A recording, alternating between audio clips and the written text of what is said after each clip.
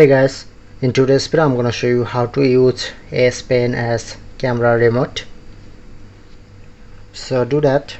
At first go to settings and then scroll down.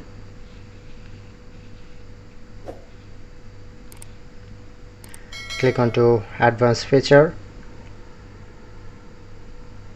Selecting this. Click on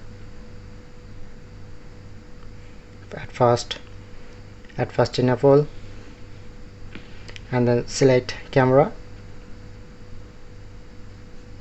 Look at this option, single press to take picture or record video, double press to switch camera, and then everything. So open camera,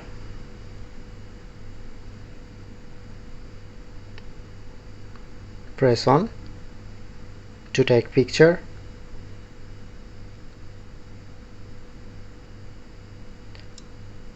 double press to rotate camera,